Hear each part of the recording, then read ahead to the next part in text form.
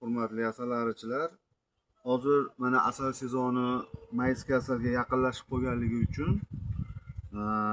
arini bitiga har xil dorilar sepsa asalga qo'shilib ketishi mumkin. Shuning uchun biz nosdan foydalanamiz. Buna paytda lenta povusga qo'ysa ham bo'ladi.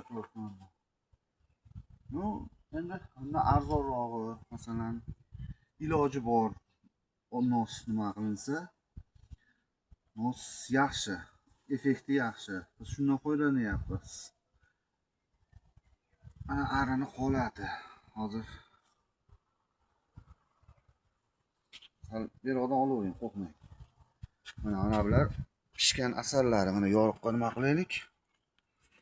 Mana bu pechatlangan asallar. Bu rasplotlari. Shu ramkezga qarab, masalan, nos chekmayotganlar buni bilmaydi. Bir chekim, ozgina choy qoshiqda ramkalarni o'rtasiga, poliga, ramkani pastiga tashlab qo'ysalaring, bu quriguncha hid tarqatib, bitiga qarshi kurashadi. Bu qurigandan keyin arini o'zi olib chiqib tashlashi oson olib chiqib tashlaydi. Tagi toza turaveradi. Hozircha mana asal yig'ishlar holatlari yaxshi. Mana pechatlangan, o'zi pechatni boshlagan asalda. Allohga shukr.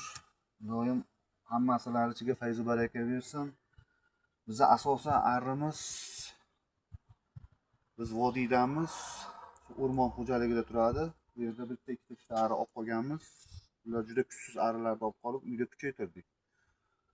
Ularni ham syomka qilib tashlaymiz. Xudo xolasa Ertos soyidan joy qilingan. Shu mayda oxirlarigacha toqqa olib chiqib ketamiz. Hozir o'rmonda lesxoz shu yerda turibdi arilarimiz. Mana yangi ramkalar. O'zlari tortib, o'zi mana rasplotni urib bo'lgan, rasplotdan qilib o'tdi mana. Xudoga shukr.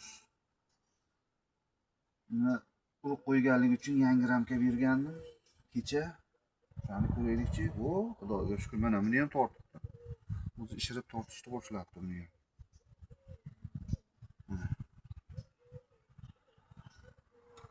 Shu nosni o'tmoqchi edik bitiga. Hozir biz oshiqcha dori o'qmaymiz. Mana asal. Endi bu videoda chiqish qiyin, oqarishni boshlangan o'zi.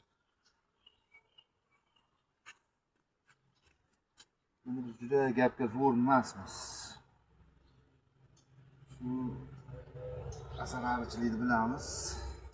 Zo'ra nos tashlab ketishdi, qancha tashlashdi. Mana shu bitta 7 ramkalik ariga normalniy yetadi. Buni tashlab